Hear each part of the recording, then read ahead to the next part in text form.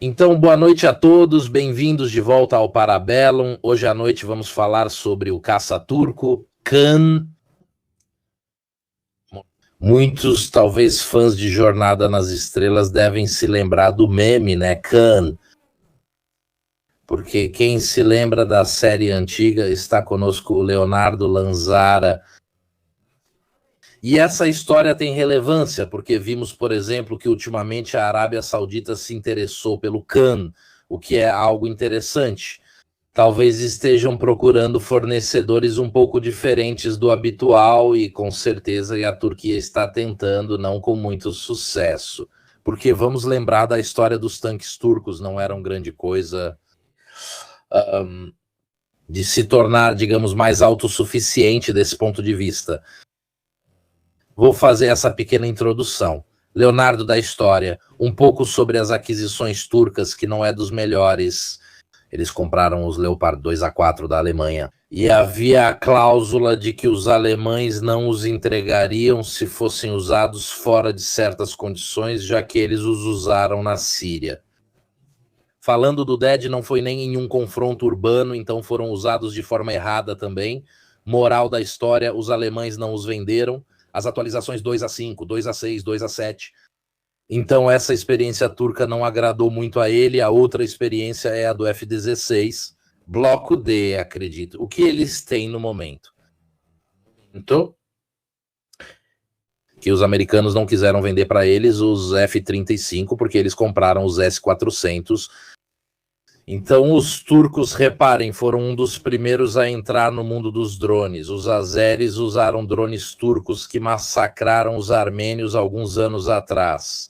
E daí nasce, aliás, o primeiro conceito de guerra multidomínio, começa-se a ver ali o peso dos drones na guerra, e então se jogou, honestamente, em um campo que na época era bastante aventureiro. Estamos falando de 2016.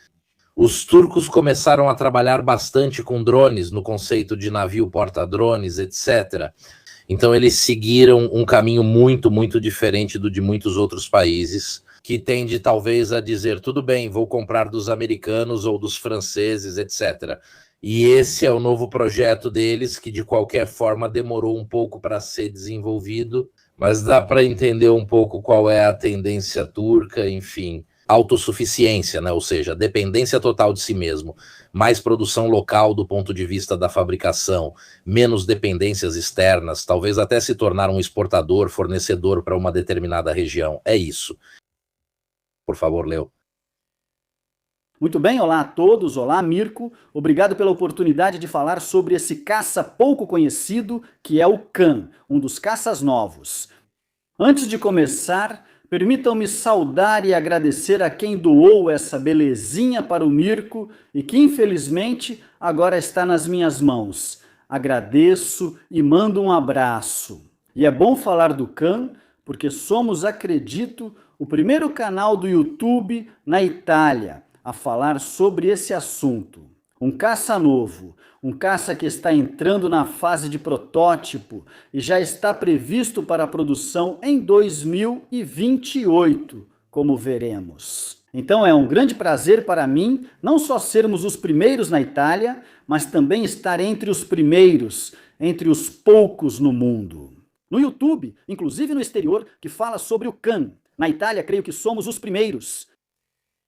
É obrigatório porque faz parte desses novos caças, dos quais ainda ouviremos falar e sobre os quais os especialistas já ouviram falar, porque muita coisa já aconteceu. Então, é um caça novo sobre o qual se fala pouco, mas o Khan é muito mencionado no Vêneto, no Friuli Veneza Giulia. Lembramos que o Khan é muito citado. Olá Gaspardo, olá Gianluigi Gensitali, que sabem disso muito bem. Saudações aos amigos do Nordeste, o Khan. Bem, então vamos começar dizendo, aqui temos uma bela imagem de um dos protótipos do Khan, que já nos permite entender um pouquinho. Esta noite vamos falar sobre o que sabemos desse caça e, naturalmente, ao final, também falaremos sobre o que esse projeto representa para a Turquia. Precisamos sempre colocar as coisas em perspectiva. Se quiserem os dados técnicos, as tabelinhas, vão para a Wikipédia. Aqui fazemos um trabalho mais analítico, colocando esse avião em perspectiva para entender seu significado. Mirko, com razão, já falava sobre a questão da Arábia Saudita e esse é apenas um dos muitos casos. Bem, então o Khan é um caça de quinta geração, portanto é da mesma geração do F-35 do Su-56, G-36 e do KF-20 e um Block 3 sul-coreano quando estiver pronto. Então nos anos 30... Portanto, é um caça de quinta geração e é uma das poucas aeronaves de quinta geração que temos no mundo. E aqui já vejo alguém sorrindo. Imagina se a Turquia consegue fazer um caça de quinta geração como o F-35. Ah, qual é? Imagina só. Permita-me observar que nós, europeus, não devemos olhar tanto de cima para baixo para a Turquia, porque nós, europeus, compramos o caça de quinta geração, que é o F-35. A gente nem sequer tentou fazer isso. Viemos dos Delta Canard de quarta geração e meia, nem sequer tentamos fazer um caça de quinta geração. Então não. Então atenção, não vamos tirar sarro dos turcos e principalmente nós europeus temos pouco do que rir, porque talvez devêssemos ter feito algo e não fizemos. Depois, ainda não sabemos exatamente o que o Khan vai fazer e como será, mas por enquanto ele está lá. 11.015 pergunta com razão por que comprar o Typhoon se a produção começa em 2028. Vamos chegar lá também, porque vamos falar sobre isso. Bem, então, obviamente eu estava esquecendo. Mirko falava com razão sobre dinheiro, porque se você faz um caça desse tipo, um caça de quinta geração, que está, pelo menos na teoria, no mesmo nível do F-35 e de outros, você também ganha algumas possibilidades na exportação. Você se dá a possibilidade de também ter parte desses aviões paga e assim reduzir o custo de produção, que foi justamente a verdadeira vantagem do F-35. Então, hoje temos um custo do F-35 que fica entre 90 e 100 milhões de dólares, mais ou menos, depois de 1.300 unidades construídas. No início, os custos eram extremamente mais altos, mas, obviamente, os custos diminuem com o aumento da economia de escala e da quantidade. Então, é muito importante o fato de se desenvolver um caça de quinta geração potencialmente exportável. E, claro, também existe o aspecto político-industrial. Portanto, não é apenas militar. Criar, produzir em casa um sistema de armas ou um equipamento, em vez de comprá-lo de outra pessoa, permite desenvolver uma indústria nacional, desenvolver um certo know-how estratégico, que depois fica com você. E além da questão econômica, você também consegue agregar valor à sua própria indústria, goste ou não. Sim, empregos, pontos reais no PIB. Eu sei que muitos não gostam porque, ai meu Deus, vocês produzem armamentos. Empregos e pontos do PIB são muito úteis, considerando a inflação que eles têm, o endividamento, etc. Na verdade, quem não precisa disso? Em tudo isso se encaixa, como veremos, em um contexto em que a Turquia desempenha um papel geopolítico cada vez mais importante no Oriente Médio, especialmente no norte da África, mas também um pouco na Ásia. E, portanto, é conveniente para a Turquia ter um instrumento militar para usar justamente na perspectiva da política externa. Alguém chamou isso de neo-otomanismo, meu Deus. É claro que sim, eu também faço essa cara aí. Não recuperem a live que fizemos com Madaluno, sobre a Turquia, sobre tudo o que está por trás, sobre a ideia deles, a grande Turquia na aliança com o Azerbaijão, as ambições, as zonas tampão de território na Síria. Além disso, também há uma disputa entre eles e Israel, né, contra acertar. Disputa bem acirrada, cada vez mais intensa. Obrigado, Máximo. Ok. Ok. Então, Vamos ver que o Kaan não surgiu do nada. Não é que eles acordaram de manhã e decidiram fazer um caça de quinta geração. O Kaan faz parte de um projeto industrial e geopolítico bastante ambicioso e agora vamos dar uma olhada nisso.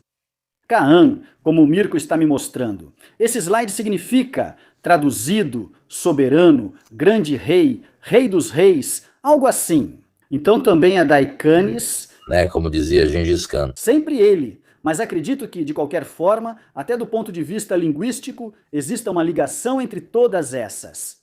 Pronto.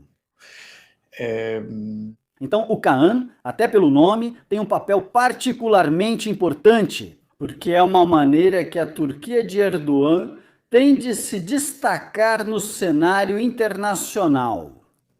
Com um produto, porque isso é um produto alternativo. Um nível que também deve dar à Turquia uma certa imagem e fazer brilhar as capacidades industriais turcas. Então é todo um sistema. Não pensem no Kaan como um objeto único, como uma aeronave isolada em si mesma.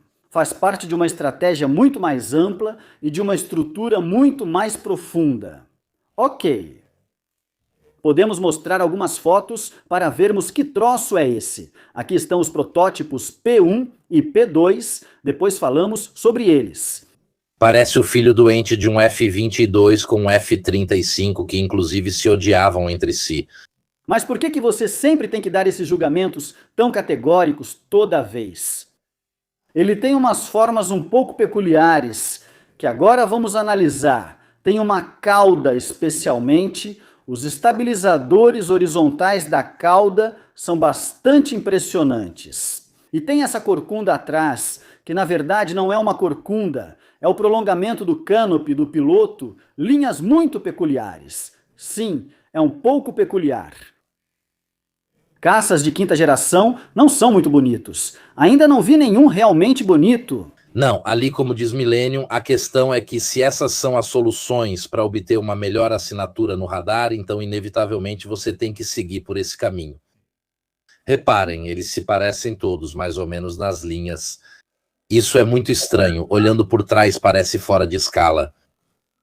É um pouco peculiar. Além disso, eu ainda era muito jovem. Nessa live vocês vão ver muitas imagens. Eu não coloquei números, porque números incomodam algumas pessoas. Vamos ter muitos gráficos que nos ajudam a entender o que é essa aeronave aqui. É um pouco como as casas modernas. As classes A4 são quadradas. Uma vez, quando eu era jovem, faziam até formas especiais. Agora você tem que fazer paredes de 50 centímetros. As casas ficam todas meio parecidas, infelizmente. E custam uma fortuna. Bem, dissemos então que é um caça de quinta geração, esse Kaan muito ambicioso, justamente porque é de quinta geração. Talvez ambicioso demais, dizem alguns, porque uma coisa é fazer drones, fazer um treinador até decente, válido, como o Hurjet. Tudo bem, até fabricar sistemas de armas. Mas talvez começar logo de cara com uma aeronave de combate de quinta geração, sem nem passar por um AMX, qualquer um causa um certo impacto. Então, também é preciso ver se as promessas serão cumpridas. Eu sou positivo, eu sou otimista, tenho muita confiança. Para entender, eles passaram de um avião de treinamento que se parece muito com os italianos para outro totalmente diferente. Não, para um totalmente novo de avião de treinamento para este aqui, que é de quinta geração. É um pouco um salto que não me faz ter muita esperança, no sentido de que é um risco. Você passa desse para um avião de quinta geração, talvez na forma seja de quinta. Mas não só isso, também nos sistemas, subsistemas, motores. Vamos ver. Eu também tenho grandes dúvidas sobre os motores, né? Se me lembro bem, são os do B1, do B2. Não, são os do F-16 no momento, mas vão evoluir. Mas eu sou otimista, né? Eu, ao contrário de você, sou otimista. Eu confio nos amigos turcos que me pagam com muito Iskender Kebab para dizer essas coisas, obviamente. Não, brincadeiras à parte, estou absolutamente confiante de que vai sair algo bom disso. Depois vão ter os problemas iniciais, como em todas as aeronaves, mas não é como se o F-35 tivesse sido feito assim, de uma hora para outra, né? Então, imagina só. Ok. Aliás, uma coisa interessante é que a Turquia quer construir o Kan usando o máximo possível, de preferência, quase 100% de componentes nacionais. Quer usar o mínimo possível. Vamos deixar os motores de lado por enquanto. Depois explico o motivo. O interessante é que é um projeto autárquico. E aqui também por quê? Por dois motivos. Um prático.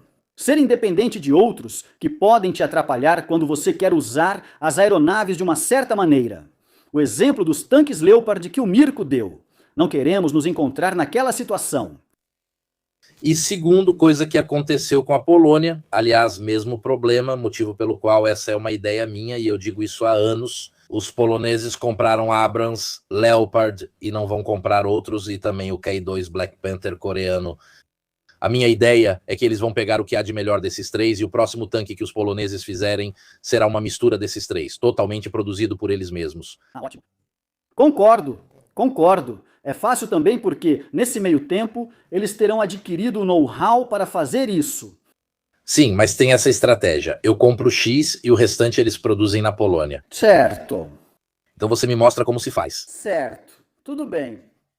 É uma abordagem muito esperta, muito inteligente. E além disso, eles também têm vontade de fazer. Tem quem diga que é até necessidade. Não, há também um histórico, no sentido de que alguns blindados poloneses eram uma mistura com motor alemão, o canhão sueco. Eles pegaram 3, 4 coisas que funcionavam e construíram um para eles. E então eles já tentaram essa coisa de pegar o melhor de um, do outro, etc. E criar um veículo que eles mesmos montam, mas as peças são fabricadas em vários outros países.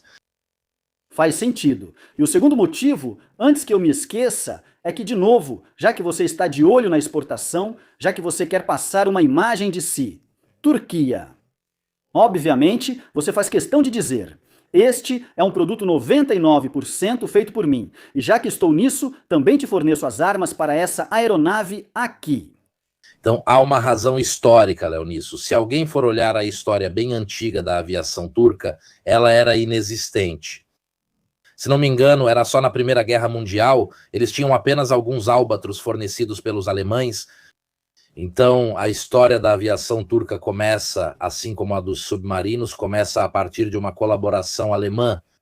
Observamos isso durante a Segunda Guerra Mundial, especialmente na Itália, mas também na Alemanha. O quanto, por exemplo, a Força Aérea era considerada a força do partido. Na Itália, a força fascista era a aeronáutica, porque era uma força nova, nascida sob o regime, e por isso se apostava muito nela. Vocês devem se lembrar dos voos transoceânicos feitos por Balbo e tudo mais, etc. Então, a Turquia vê em um discurso de grandeza, se alguém precisa fazer algo para mostrar que tem capacidade, etc., justamente na aviação, que uma das primeiras armas em que também apostou Kemal Atatürk foi justamente essa, porque se queria ter uma capacidade interna. Normalmente a aviação, não me perguntem por quê, talvez porque seja espetacular, etc., sempre se torna o cartão de visitas de quase todos os regimes. Porque é uma arma nova. É a arma do progresso. Quem pilota aviões é um atleta, é um exibido. É perfeito para simbolizar o novo que avança em nosso regime. Essa era a narrativa, eu diria, fascista. Sim. Sim, também tinha algumas distorções. Tipo, no final dos anos 30, os italianos ainda queriam aviões sem a canópia, porque só os verdadeiros homens lutavam sem cobertura e coisas assim. Daria para falar muito sobre isso. E vou te dizer a verdade agora, abrindo e fechando parênteses. Depois de um século, 90 anos, é preciso honestidade intelectual e serenidade para dizer certas coisas, sem acusar ninguém de fascista ou julgar o fascismo. É isso.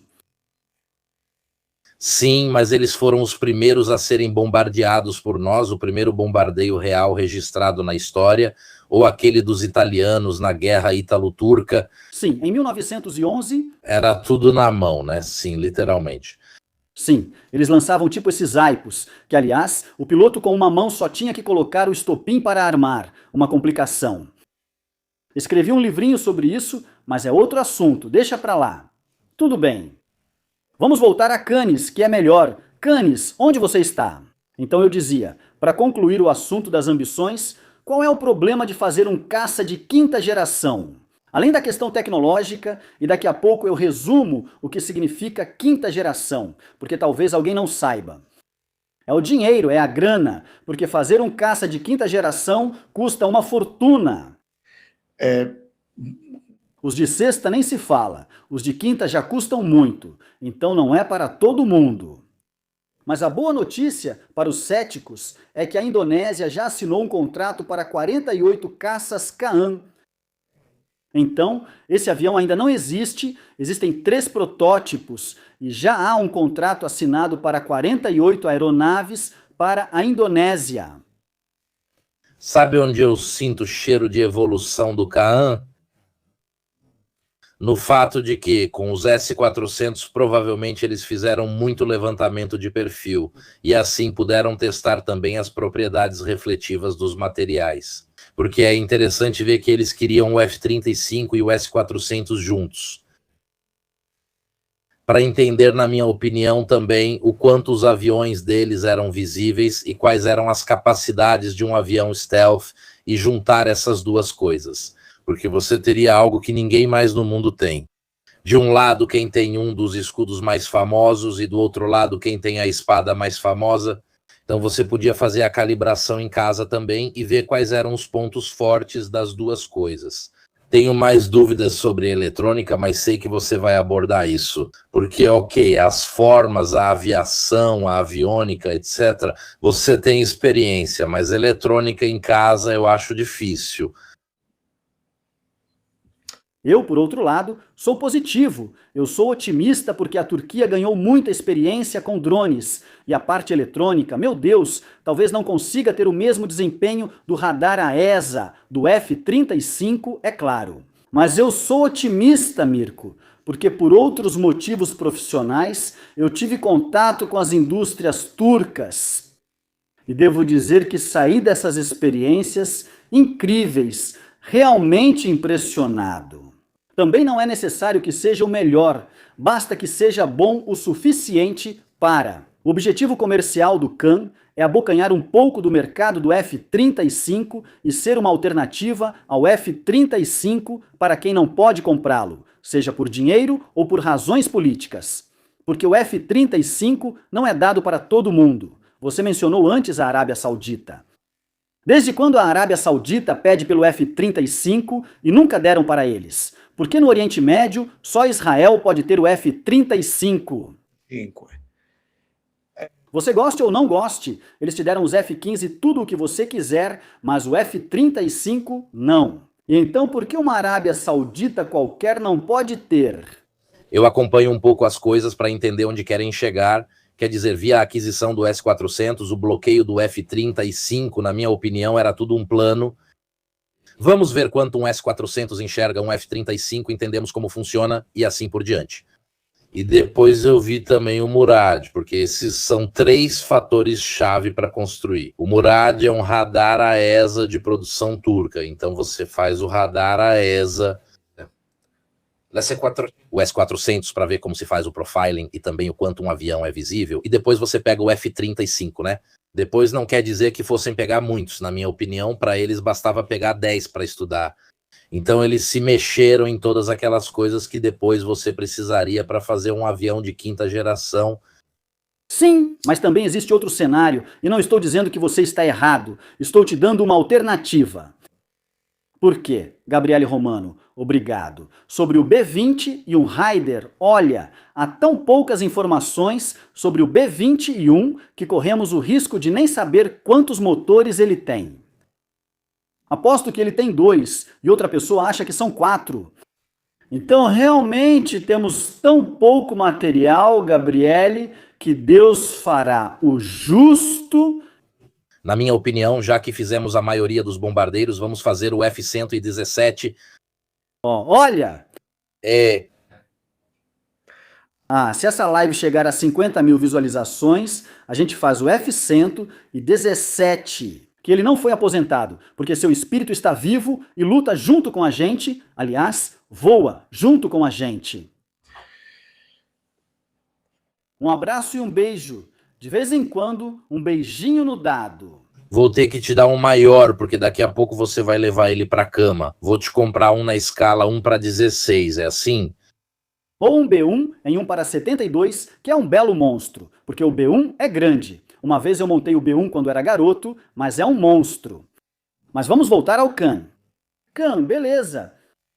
Então, senão a gente se perde aqui e nunca termina. Então, qual que era a ideia do Khan?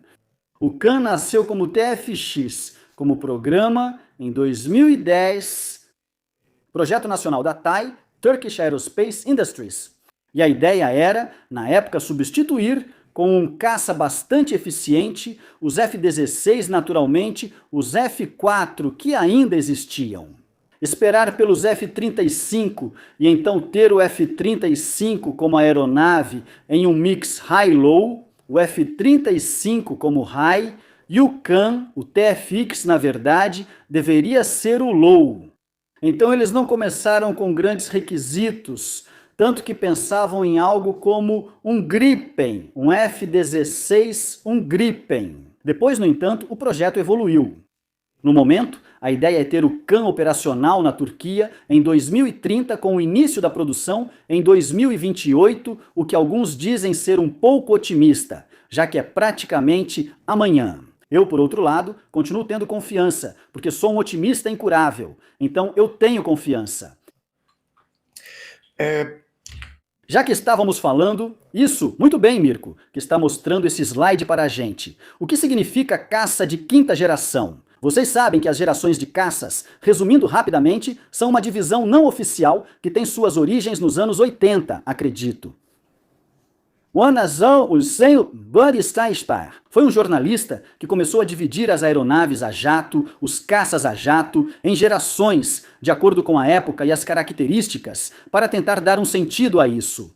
Então, ele foi o primeiro. Caças de quarta geração, F-15, F-16, quarta geração. Os Eurocanards europeus, então Rafale, Eurofighter, Rafale, mas também os Sukhoi Su-30 são de quarta geração e meia, ou seja, uma melhoria da quarta geração. A quinta geração é essa coisa aqui, o F-22, do F-22 em diante, que de qualquer forma é um projeto dos anos 80, o F-22, hein? Atenção! Entrou em produção entre o final dos anos 90 e o início dos anos 2000, se não me engano. Terminou a produção em 2011, acho eu. Esse foi o primeiro avião de quinta geração. Por quê? Capacidades furtivas avançadas, supercruzeiro, ou seja, ultrapassar a velocidade do som sem pós-combustor, sensores avançados, fusão de dados, aviônica avançada e ótima agilidade. Isso é, grosso modo, o que distingue um caça de quinta geração. Objetivos nada fáceis, aeronaves muito caras e capacidades industriais exigidas bastante elevadas. E vamos mostrar a próxima imagem também. Mirko, por favor. E esta é uma imagem particularmente interessante, porque nos mostra, acredito que este tenha sido um dos primeiros testes de motor do Khan. Neste caso, são os motores do F-16, ok? E os F-100. Então, já que você falou antes de uma imagem bastante bonita, aliás, particularmente interessante, ok? Já que você falou antes dos S-400, eu te faço uma pergunta. Mas por que a Turquia foi buscar os S-400? Era pela sua ideia ou porque os americanos não forneciam os Patriot? Os americanos não queriam dar os Patriot para a Turquia. A Turquia queria, os Estados Unidos não quiseram dar. Fizeram um monte de enrolação. Eles davam a versão antiga, não a definitiva. Então, em certo momento, os turcos tentaram se abastecer em outro lugar. Então tem também esse motivo. Por que não deram os F-35 para eles? Não só porque a Turquia estava fechando um acordo com a Rússia pelos S-400, mas também por uma razão política. Havia o medo de que os F-35 pudessem ser usados na Síria contra os curdos. Havia um pouco esse medo. E Israel também estava no meio disso. Também Israel e também a Grécia. Por que não a Grécia? Não acredito que a ideia do Khan tenha nascido com a ideia. Pegamos os S-400, os F-35, acho que isso veio durante o processo. Ou seja, deveria ser um caça de quarta e meia geração, e depois, à medida que foram se encontrando no meio do caminho, começaram a entender. Ok, podemos até fazer isso, pelo menos essa parte nós temos, estamos cobrindo o radar ESA, etc. Acho que a ideia do avião mudou nesses 10 anos. Aos poucos, dependendo das situações, eles foram modificando, até porque a situação geopolítica geral também mudou. Então deveria ser uma coisa, né? E está evoluindo, não dá nem para dizer que o que vai sair agora será a versão definitiva, talvez com outros motores, etc. Eles vão continuar evoluindo essa ideia. Talvez seja equipada com, como se chama, Loyal Wingman ou outras coisas como opção. Isso é praticamente certo. Mas vamos chegar nisso também, porque vamos falar desses assuntos aqui. Olha, mas eu acho que você tem razão, até porque o projeto evoluiu, ficou mais pesado e cresceu com o tempo, mas eu acho que essa é uma interpretação correta. Não podia mais ser a parte low do high-low mix, porque o high não existia mais, então eles disseram, beleza, vamos com o high, e talvez o low a gente faça, quem sabe, ou com drones ou com os Eurofighter. Antes alguém perguntava, por que desenvolver o Khan e comprar os Eurofighter? Bem, antes de tudo porque o Eurofighter é uma aeronave comprovada. Você conhece bem, sabe como funciona, sabe que tipo de avião é, sabe o que faz, sabe o que não faz, e as últimas versões também são bastante multifunção. Você comprou e deixou lá. Depois, enquanto isso, você vai desenvolvendo o Khan, e o Khan será mais invisível, será mais furtivo, cumprirá outras funções. Também não é uma ideia errada, e talvez no fundo exista o pensamento de que esse projeto possa fracassar. Por que não? Eu não posso provar isso, mas pode haver o pensamento de que o Khan possa ter problemas. Então, parabéns! Lúcio Ludo, o tio Ludo, eu considerei como certo. Low Mix é um conceito antigo que voltou à moda com a guerra na Ucrânia. Significa ter meios de alta categoria, de alta capacidade, misturados, high-low mix, com outros sistemas de armas. Não digo de baixo nível, mas de nível ligeiramente inferior. Dessa forma, você tem, e aliás, é um dos conceitos que eu e Mirko temos levantado, repetido, desde que nos conhecemos, acho que desde o final de 23. E começamos a falar imediatamente desse high-low mix, porque voltou à moda, hoje se fala muito sobre isso. Tem alguém que diz, Typhoon low no ambiente aeronáutico? Sim, low em relação a uma quinta geração. No ambiente terrestre, um low é reutilizar uma velha Gepard para função antiaérea contra drones, em vez de usar, sei lá, os Patriot, ou outros sistemas que te custam, também por uma questão de custo, abatimento e assim por diante. Esse assunto do high-low surgiu justamente, como Leonardo dizia, na experiência ucraniana. Em que sentido? Percebeu-se que dois exércitos equivalentes se desintegram. O nível de atrito é tão elevado que se retorna a sistemas de armas um pouco mais simples que um exército de massa pode utilizar imediatamente. Agora, na aviação é difícil falar de low. Sempre é relativo ao que é o high. Mas exceto 1015 fica escandalizado, eu entendo. Mas considere que nos Estados Unidos o F-15 Axis é considerado low, enquanto a parte high é o F-35. Ó, galera, o F-15 X Exército de Sim, me deem ele pra mim. Tudo Hornet. Tudo Super Hornet, sim? Considere os low são as mulas que carregam um monte de coisas. O high é o F-35 e o F-22. Mas qual é a diferença? que do high você talvez produza poucos porque custam muito, o treinamento é longo, a manutenção é pesada, a disponibilidade da aeronave é baixa, porque precisam de manutenção, por exemplo, no revestimento de radar, no revestimento externo que absorve radar. Do low, entre aspas. Porque senão, com razão, o Typhoon fica ofendido, o F-15 fica ofendido, porque é verdade, esses são mais disponíveis, você faz mais deles, custam menos, mas, meu Deus, o F-15X custa uma fortuna, um Typhoon custa, acho, mais de 110 milhões cada. Mas, de qualquer forma, é um produto menos delicado. Também a nível simbólico, o que significa perder um F-35... Meu Deus, meu Deus. Então, o que preferimos perder? 2, 3, F-15 tem um valor simbólico menor. Pessoal, vocês estão vendo que aqui a conversa está se ampliando muito. Poderíamos discutir e rediscutir bastante sobre o tema e adoraríamos fazer isso, mas infelizmente temos que voltar a falar do Can. Até porque tenho certeza de que teremos muitas visualizações da Turquia, então vamos tentar manter o foco no assunto. Ok, então a esse ponto devemos chegar. Desenvolver uma plataforma assim para Anker é muito importante. E sim, de fato, o Eurofighter será adquirido em 4.456 unidades.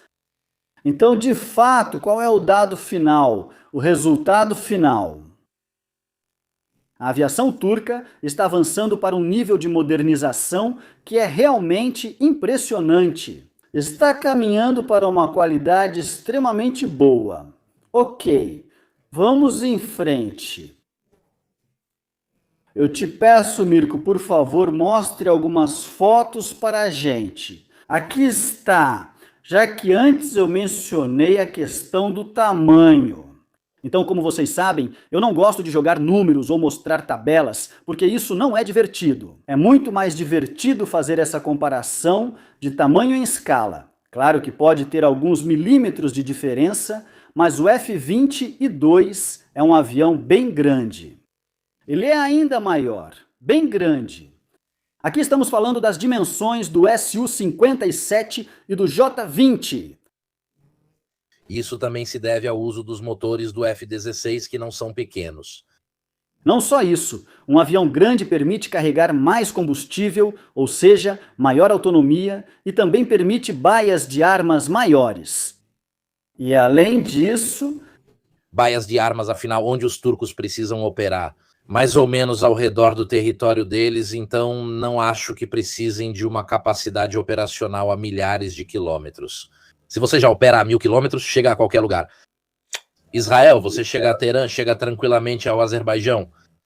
Diga isso para a Indonésia, o maior arquipélago do mundo, com mais de 1.000 ilhas, precisa absolutamente de um bimotor com grande autonomia. Mas talvez você possa escolher, sabe? Eu também acredito na modularidade das coisas.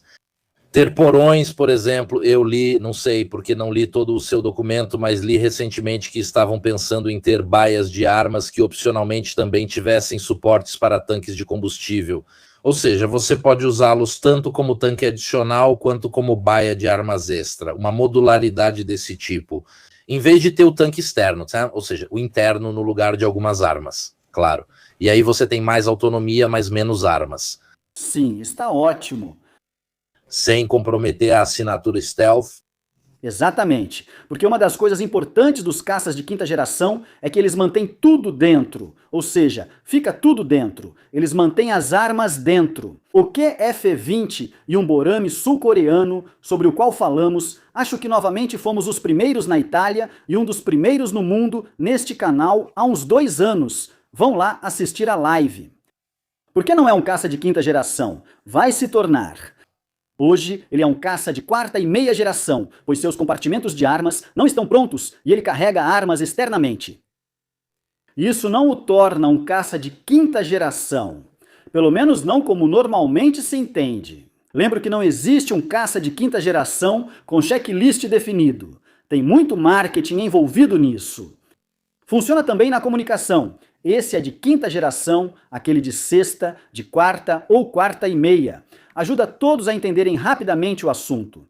Mas não vamos considerar tudo. Não me parece que o F-35 tenha cruzeiro supersônico. Acho que não. Mesmo assim, vamos mostrar também a imagem depois. Olha, tá vendo? O ponto 4K tinha entendido. Saudações ao Nordeste. Então, ainda falando de comparações, tirando o tamanho, porque não importa o tamanho, e sim como você usa. Olhem para as formas do F-22 e do Khan. Ok. Há uma certa semelhança. Todo mundo fica dizendo que todos são iguais ao F-35, mas não é bem assim. Neste caso, o Khan é muito parecido com o F-22. O QF-20 e um Borame é como um F-22 um pouco reduzido. O design é esse. Mas por quê? Porque existem uma série de regras a seguir se você quer reduzir sua assinatura de radar, seu RCS, sua seção reta radar. Muito bem, Winter. Mas olha a distância dos seus motores. Assim você aumenta muito a sua visibilidade. Então a distância entre os seus motores, para começar, varia de um produto para o outro. Ter uma distância entre os motores permite que você coloque coisas entre eles. Também permite ampliar sua fuselagem. Também permite gerar mais sustentação, porque lembre-se que a transição entre a asa e a fuselagem, no final das contas, gera sustentação. Sim, faz sentido. Mas, de qualquer forma, quero destacar aquele conceito da distância entre os motores. Agora aqui o Bianco fala, como dizia Funari, mas também ele, até o Su-27, até o Su-57, tem essa distância entre os motores. Olha, esse é o único jeito que consigo pensar para não deixar o Bianco exagerar, tá vendo? Mas para que servia? Servia para gerar sustentação. Eles acabaram com isso. Servia para gerar sustentação e criar um espaço, um túnel entre os motores que serve para acomodar as armas, uma solução aerodinamicamente muito eficiente. Tanto que essa fórmula dos anos 70, na verdade dos anos 60, ainda é usada até hoje. Ok, podemos continuar mostrando as fotos, afinal mostrar o meu rosto não é importante. Aqui está outra comparação de tamanho. O Khan, como vocês podem ver, o TFX-Khan está na mesma categoria de tamanho dos caças pesados F-20 e 2 Su-57 e do J-20 chinês. Pode ir para os J-20, a gente sempre esquece, mas já existem mais de 300 J-20 e li que há planos para fabricar 1000 J-20. Meu Deus, eles produzem como loucos. Pode descer assim, os nossos seguidores entendem melhor. Olhem só a comparação entre o F-22 e o cano centro, F-16 e F-35 nas laterais. Vocês percebem? Quer dizer, a asa de um F-16 é do tamanho do elevador do TFX, ou seja, o estabilizador horizontal traseiro do TFX. Do Khan, vocês percebem? Aqui, essa é uma imagem que eu coloquei aí só para vocês entenderem o quão grande é esse negócio. Se vocês já viram um F-16 ou um F-35 na vida de vocês, o F-35, que tem aquele corpão, parece grande, mas na verdade é pequeno, é só um pouco mais comprido que um F-16.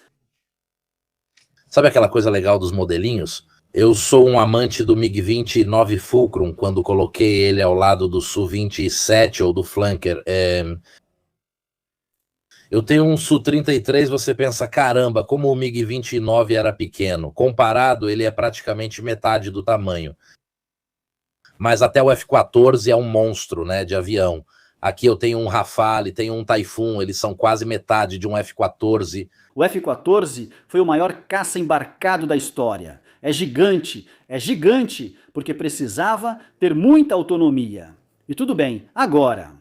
Não que o F-18 seja pequeno, o Super Hornet não é pequeno. Ele é bem grande, porque antigamente ele era pequeno. O F-18 A, B, C, D, depois fizeram o Super Hornet, aumentaram o F-18 em 10% e resolveram o problema, fizeram rapidinho. Sim, porra. Embarcados eles são sim, são bonitos, grandes e também pesados. Porque o F-18 é bem acima do peso para ser um avião, é bastante pesado porque precisa ser robusto para os pousos em porta-aviões, etc. De fato, qual é o cavalo de batalha da Marinha dos Estados Unidos? É o F-18, está sempre voando, tem uma taxa de confiabilidade e disponibilidade extremamente alta. Ok, vamos continuar com as imagens, porque depois eu coloquei para vocês justamente uma sobreposição também. Ah, bem, o MiG-31 é uma fera. Ok, aqui eu coloquei para vocês. Isso também é engraçado. Por quê?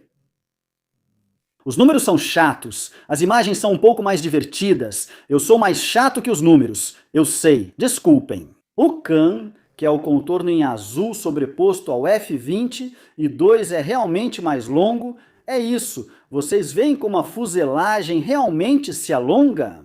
Também faço notar que o F-20 e 2 não se destaca exatamente pela autonomia. Esse é um pouco o ponto fraco do F-20. E 2, ele tem pouco alcance. E é tão verdade que na última atualização que estão fazendo agora, colocam tanques subalares stealth, porque precisam aumentar o alcance da aeronave.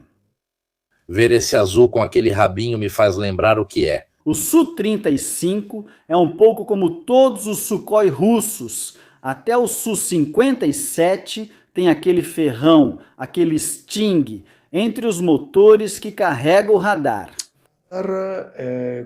Sistemas de contramedidas eletrônicas. No caso do CAN, também o paraquedas de frenagem. Ainda não está claro o que há no Sting, ou, de qualquer forma, no espaço entre os motores. Motores dos quais falaremos mais adiante, porque tem bastante coisa para falar. Quem é que está falando de terceira perna aqui? Ok. Vamos em frente. Vamos mostrar também lateralmente o conceito. Vocês entenderam? Eu coloquei para vocês. Por fim, a propósito das comparações, depois não vou mais cansar vocês com comparações. Em seguida, dê um leve zoom out. Aqui temos um trio de aeronaves que são o QF-20 e um Borame sul-coreano. Estou mencionando isso porque ele é pouco conhecido. Vão rever a live que vale a pena. Desculpem, o F-22 à direita e o TFIs atrás. Grandes fuselagens, pessoal, porque além do tamanho, vocês também veem de frente como essa aeronave é imponente, é bonita, grande. Não que isso faça diferença. Por que trens de pouso tão longos? Por que ele é tão elevado em relação aos outros?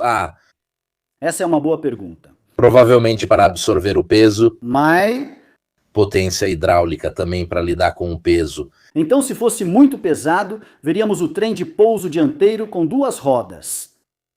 Aqui não vemos isso, então eu diria que não é um problema de peso. Pode ser uma escolha dos protótipos e depois daqueles em configuração definitiva. Também o tamanho das rodas. Sim, são muito grandes com certeza, mas o peso conta. Porém, lembremos que ainda estamos falando de protótipos. É rapidinho trocar os trens de pouso, é rapidinho trocar os mecanismos, as rodas, tudo. Então, sobre esse detalhe, prefiro dizer que vamos esperar a produção em série, porque não sabemos, é muito cedo para dizer. Uma coisa eu tenho que dizer, quanto maior o avião, mais difícil é escondê-lo. Não só à vista, mas também aos radares. Então não é certo que um avião grande, aliás, um avião grande pode ter mais dificuldade em ser pouco detectável. Quero mostrar para vocês as geometrias. Reparem como esses 3 aviões são muito parecidos. Eu acredito que até mesmo a inclinação das derivas verticais seja a mesma. Aqui foi feito um estudo muito aprofundado. Vamos deixar de lado as geometrias das entradas de ar, que também são absolutamente semelhantes. Sempre se busca as mesmas soluções. Agora já são soluções de design. Atenção, não gritem plágio, não gritem escândalo. Isso é normal. Estamos falando de eliminar ângulos retos, agudos, ocultar os motores. Vocês veem que se olharem dentro das entradas de ar, vem uma área branca, não vem as pás do compressor? Porque as pás do compressor refletem muito, mas muito mesmo. As ondas de rádio, então, são bloqueadas por dutos em serpentina, dutos do tipo S-duct. É uma solução que agora se tornou muito comum. As derivas verticais inclinadas. E também, de modo geral, procura-se alinhar todas as principais linhas de reflexão de acordo com poucos ângulos precisos. Vocês percebem que as soluções foram aplicadas. Todos os armamentos estão internos, não há armas sob as asas?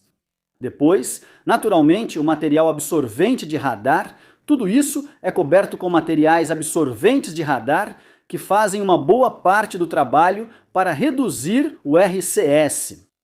Então, isso era para entender do que estamos falando. E então, que papel o CAN terá a nível operacional? Inicialmente, o CAN nasce como uma aeronave de superioridade aérea, que vai evoluir lentamente, nem mesmo escondendo o multifunção, então aos poucos vai adquirir mísseis e bombas ar-terra.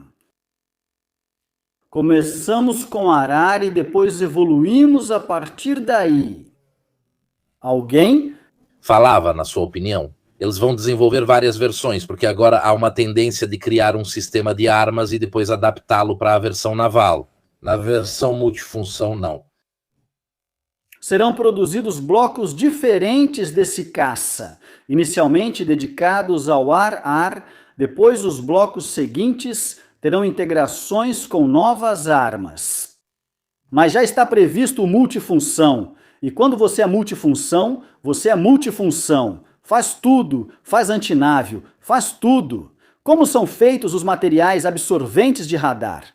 São materiais, pessoal, são segredos industriais realmente bem guardados em termos gerais. São materiais que, quando atingidos por ondas de rádio, as absorvem, ou seja, dispersam sua energia internamente, muitas vezes na forma de calor. Então, às vezes, também existem sistemas de resfriamento. E dessa forma, se evita que a onda de rádio rebata de volta para o emissor, que é justamente o funcionamento do radar. Por que eles têm essas formas? Por que a onda de rádio não deve retornar para o radar que a emitiu? Eu tenho o exemplo perfeito. É como uma esfera de Lüneburg, no sentido de ter um material que praticamente prende o sinal do radar dentro dela, fazendo-o ricochetear não para a fonte, mas para outras coisas. Algumas esferas foram instaladas em alguns drones, acredito que em um período experimental na Ucrânia, justamente para reduzir a assinatura, na assinatura de radar. Imaginem, meu Deus, o que posso usar como exemplo. Aqui está, o conceito fácil de entender para todos. Vocês conhecem os painéis fonoabsorventes? Aqueles com triângulos grandes que você coloca nas paredes, com cunhas que servem para dispersar o som. O conceito, em termos gerais... É esse mesmo, é esse. Vocês, naturalmente, se quiserem informações mais precisas, eu paro por aqui. Porque, além disso, eu nem sou tão preparado assim em química dos materiais. Mas aqui tem uns conceitos de engenharia que eu nem tento entender. Além disso, pessoal, há algo que precisa ser dito. Todas essas tecnologias stealth, que hoje estão tão na moda, correm o risco de serem anuladas pelos radares quânticos, que podem acabar tornando inúteis todas as tecnologias stealth. Depois daqui a coisa complica, porque entra em cena um emaranhamento quântico. Não sei explicar isso em termos compreensíveis, até porque nem eu entendo muito bem. Mas todas essas tecnologias stealth existem até que cheguem os radares quânticos. E parece que a China está muito avançada nesse assunto. Ok, antes alguém falava sobre drones. Por favor, Mirko, vá para a página 22, assim mostramos com o que ele deveria trabalhar. Il CAN. Então estamos falando do chamado MUMT, Manned Unmanned Teaming, ou seja, uma formação mista de aeronaves pilotadas, talvez uma acompanhada por um USAV, por drones de combate, aeronaves de combate não tripuladas. Temos 3 candidatos. O Anka-3, essa asa voadora monomotor. No momento, é o Kicilelma que está na Nomacho. Falei certo, é esse aqui. Aliás, o Kicilelma tem um recorde, porque foi o primeiro drone de combate do mundo a lançar um míssil ar-ar de longo alcance contra um alvo a jato. Faz alguns meses, acho que foi no final de 2025. Então é imaginável que uma formação mista do CAN preveja o Kicilelma como elemento de combate. É uma aeronave bastante ágil. Olha, você vê o míssil ali embaixo, mas nesse caso isso é uma bomba. Porque de qualquer forma, esse é um drone que pode cumprir várias funções. Um pouco como todos os drones, você o equipa e o manda fazer algumas coisas.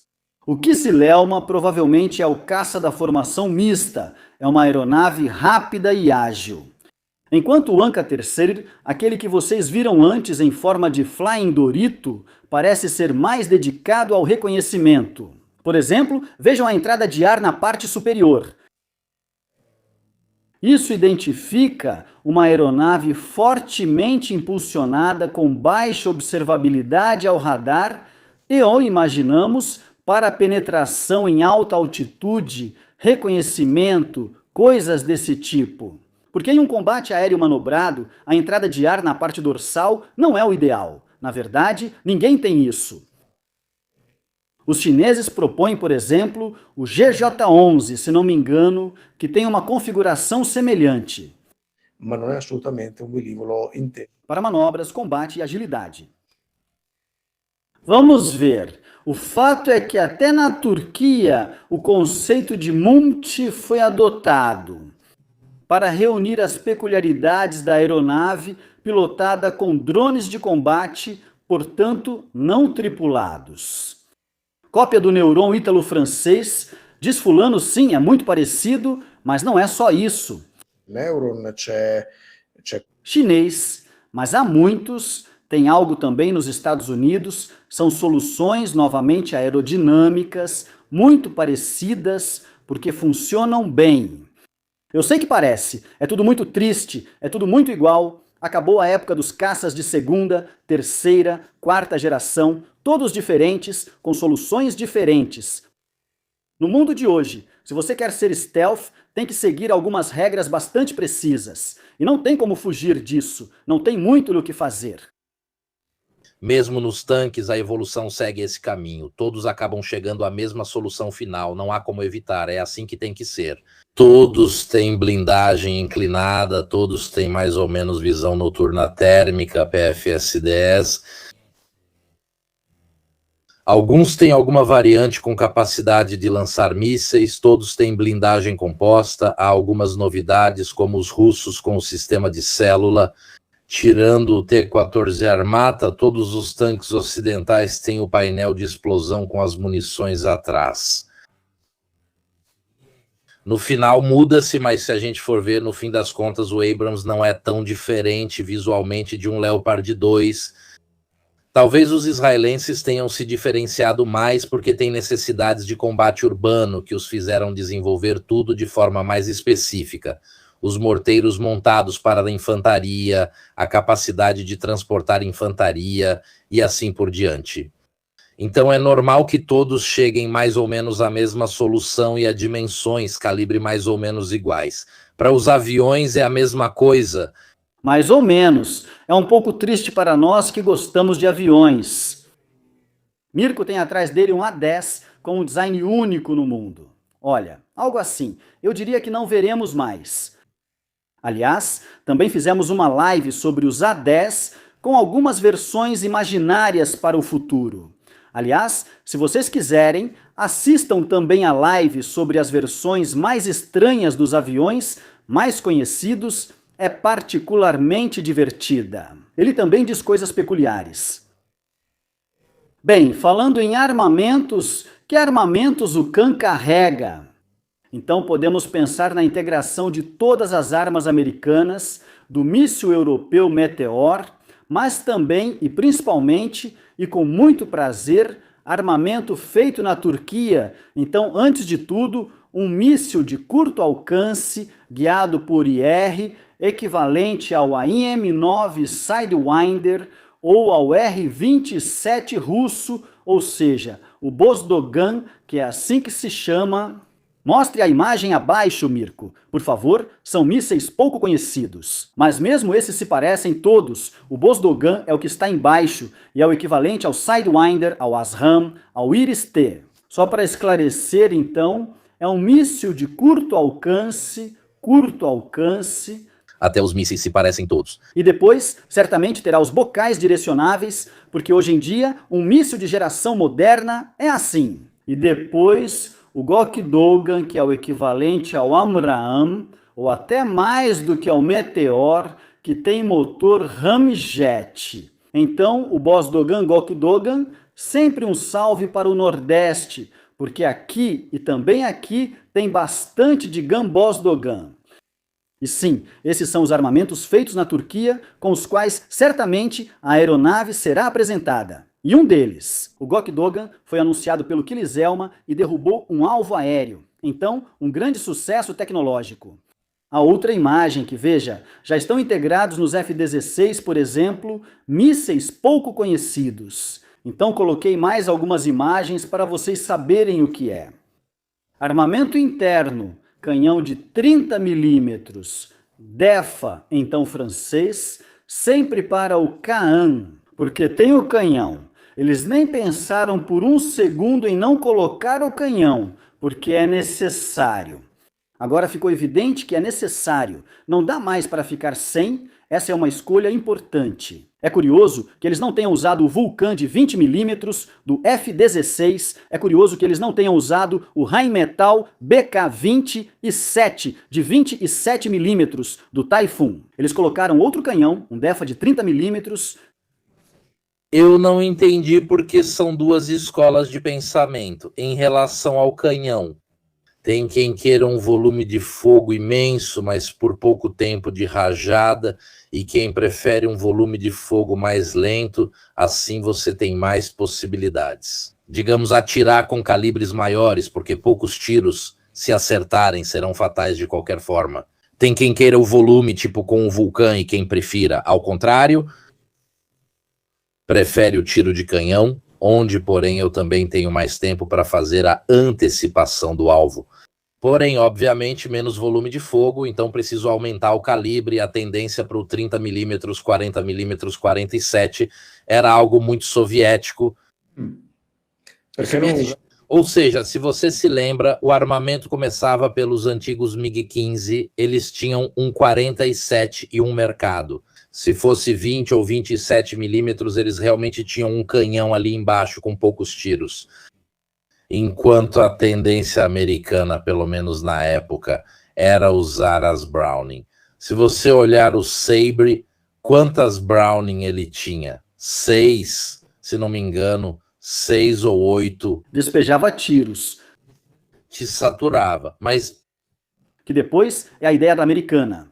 Vai lá ver a live sobre o A-10, quando falamos do canhão, de quantos tiros ele dispara, de como foi feito de propósito para ser impreciso na live sobre o A-10. Nós tocamos nesse ponto importante sobre o canhão. mais ou menos uma área de dispersão para cobrir. E depois, já que foi usado de propósito, Preciso te encher de coisas para acertar em algo. Essa é a mentalidade deles. então, antes de continuar, eu preciso agradecer ao patrocinador desta noite, obviamente Incogni. Imagino que vocês, assim como eu, todos os dias recebem e-mails, serviços, malditas ligações robóticas, muito irritantes. Hoje eu recebi 2. Vocês se perguntam como e por que essas pessoas os colocaram na lista. E saibam que toda vez que vocês se cadastram em um site e o serviço é gratuito, isso significa que o produto são vocês. Então, o que o Incogni faz? O Incogni basicamente é um serviço que se encarrega de remover seus dados pessoais que estão online de vários corretores de dados. Qual é o objetivo? Reduzir a quantidade de informações deixadas circulando na web. Isso ajuda não só a evitar que os dados sejam revendidos para fins de marketing, mas também a diminuir o spam por e-mail, chamadas indesejadas, etc. Menos dados online reduz as chances de perfilização e também diminui o risco de ataques direcionados, como phishing. Incone, ao contrário dos corretores de dados, não vende seus dados. Claro, você paga um pouquinho, bem pouco, e se usar meu código de desconto tem 60% de desconto. O link está na descrição, no chat, no comentário em destaque, e além disso, você ainda apoia o canal.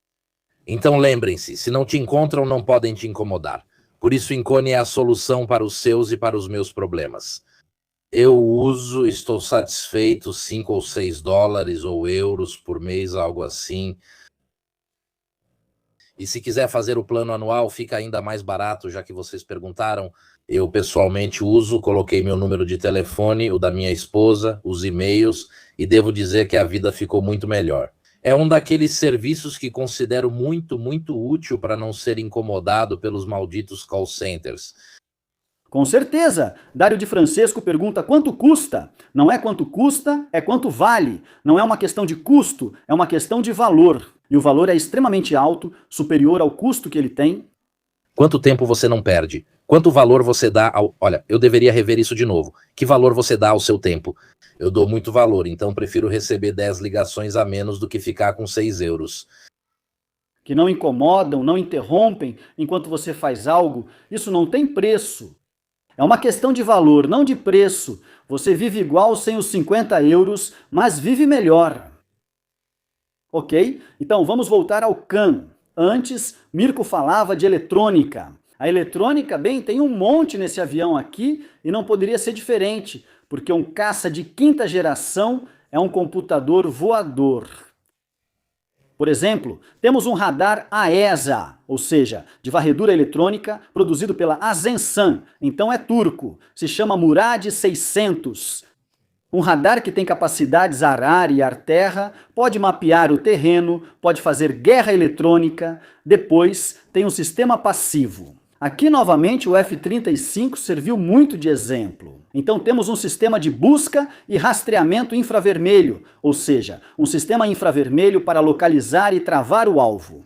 Completamente passivo. Isso falta no F-22. Nós, europeus, sempre acreditamos nisso, e os russos também. Os americanos não, eles redescobriram isso depois. Naturalmente, há um receptor de alerta de radar, com tudo isso integrado em uma suíte de autoproteção. Os receptores de alerta de radar são simplesmente antenas que recebem as fontes de radar e dão alertas ao piloto com base no que recebem. Eles conseguem identificar sinais de radar de forma passiva, algo que já existe há 50 anos. E em relação à visão do piloto, capacete, visão? Então, a visão como a do F-35, aquela de 360 graus, não tenho certeza se ele tem. Com certeza, ele tem um sistema de detecção de lançamentos, tipo um EOTS, então é um sistema eletroóptico de mira e também de alerta.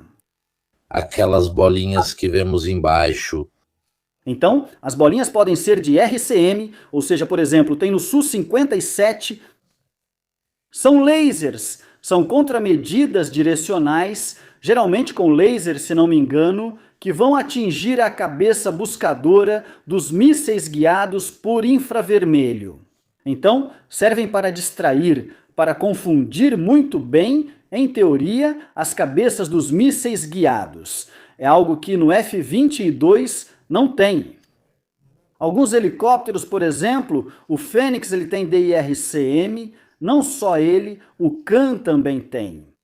E essa é uma bolinha. Depois, há outras bolinhas que são sensores que tentam identificar a assinatura infravermelha de um míssil se aproximando. Porque um míssil infravermelho, um terra-ar infravermelho, é passivo. Não é como um míssil guiado por radar. Um míssil guiado por radar emite sinais de radar. É passivo. E então, como eu faço para vê-lo? Eu preciso ter sensores que identifiquem aquela assinatura infravermelha específica, como um míssil vindo na minha direção. E esse é o sistema que talvez não tenha funcionado bem no suposto possível dano a um F-35. Você diz aquele F-35, o efeito 35. Porque o F-15 Eu não usei algo mais bobo, algo de busca de calor.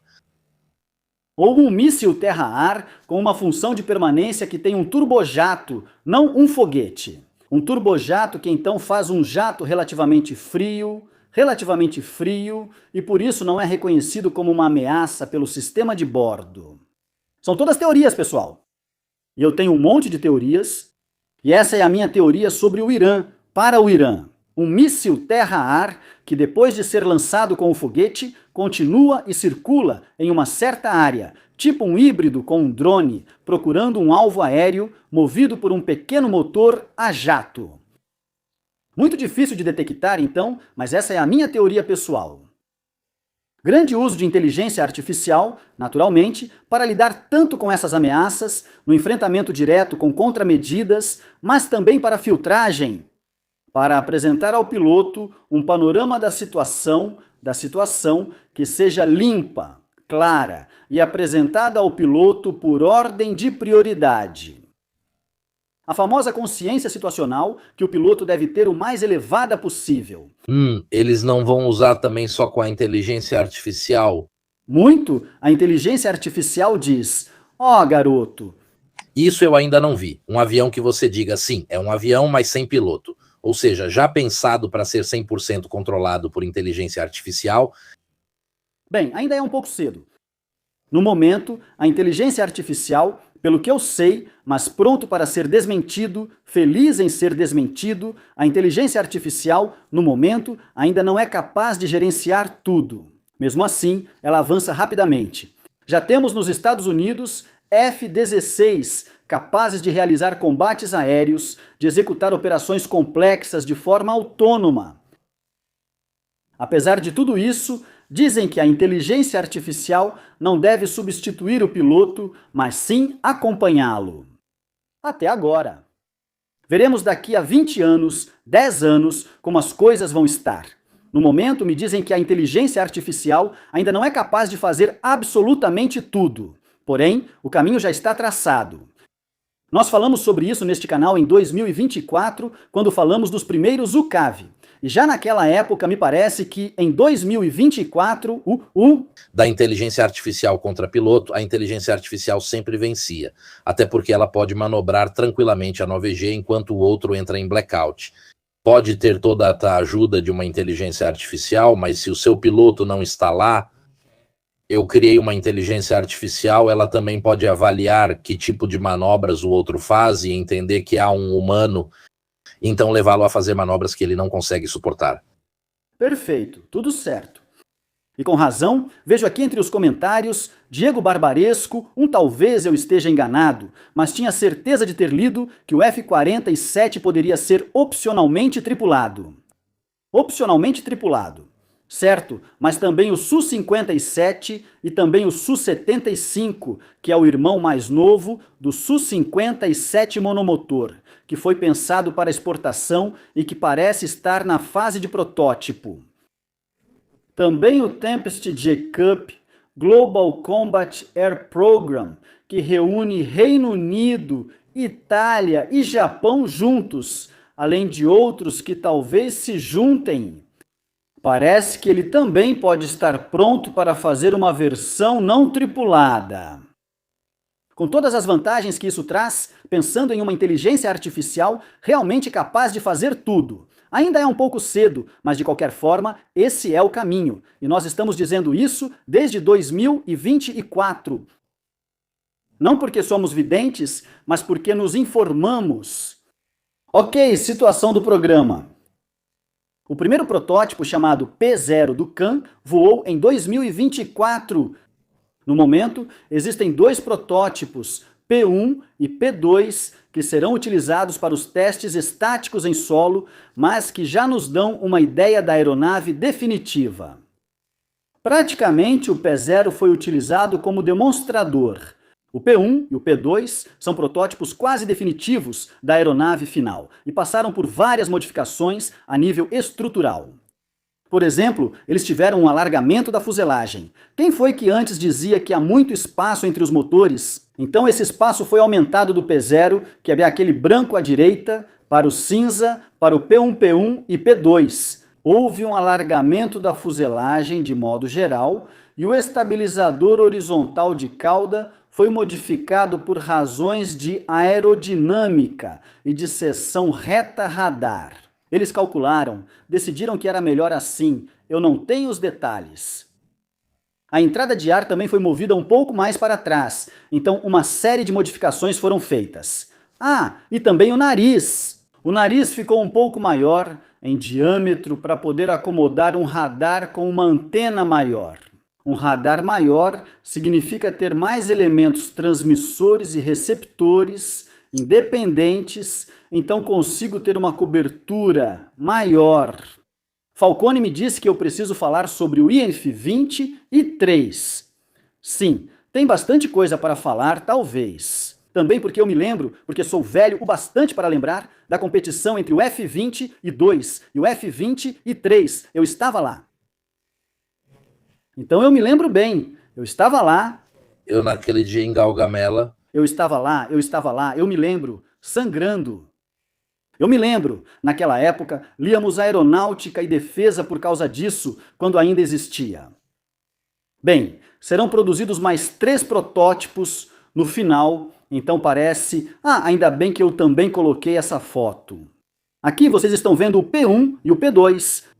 No P1, eles aumentaram a distância entre os motores, criaram mais espaço. Vai saber se é só pela aerodinâmica ou porque atualizaram o tipo de armamento para colocar no compartimento interno. Não sei, faço outro trabalho, não trabalho na TAI, infelizmente. Quindi, Então, o P0 era uma coisa, P1 e P2 são outra coisa.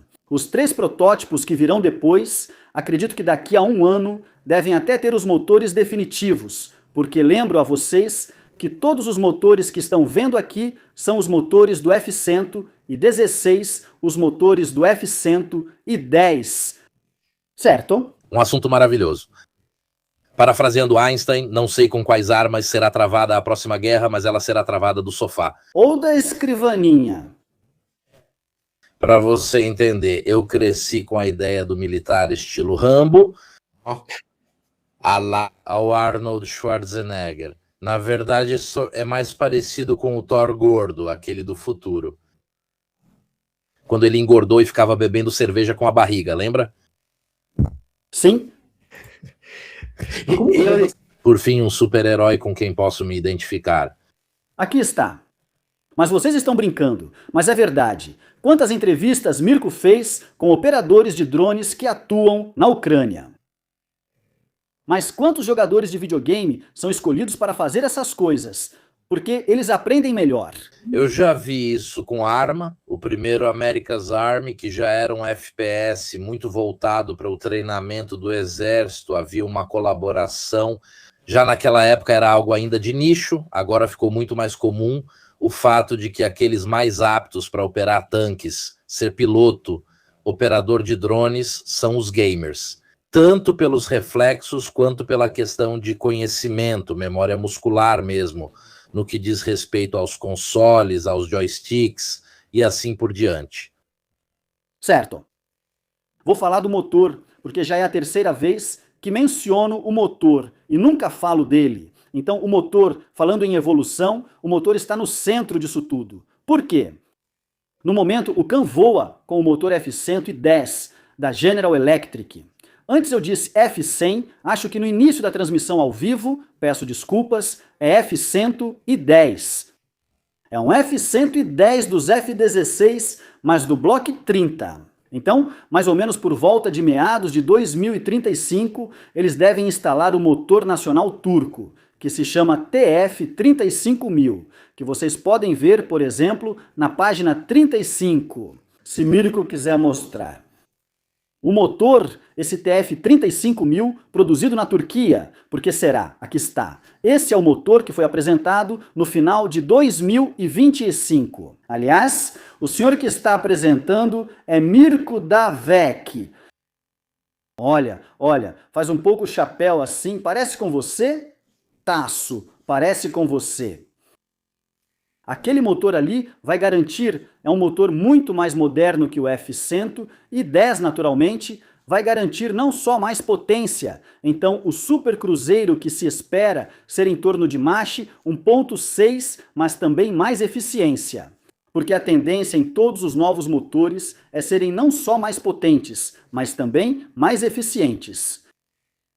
Anos atrás, acho que em 2024 no começo, fizemos uma live sobre caças de sexta geração. E lá eu também falo sobre os motores para os caças de sexta geração.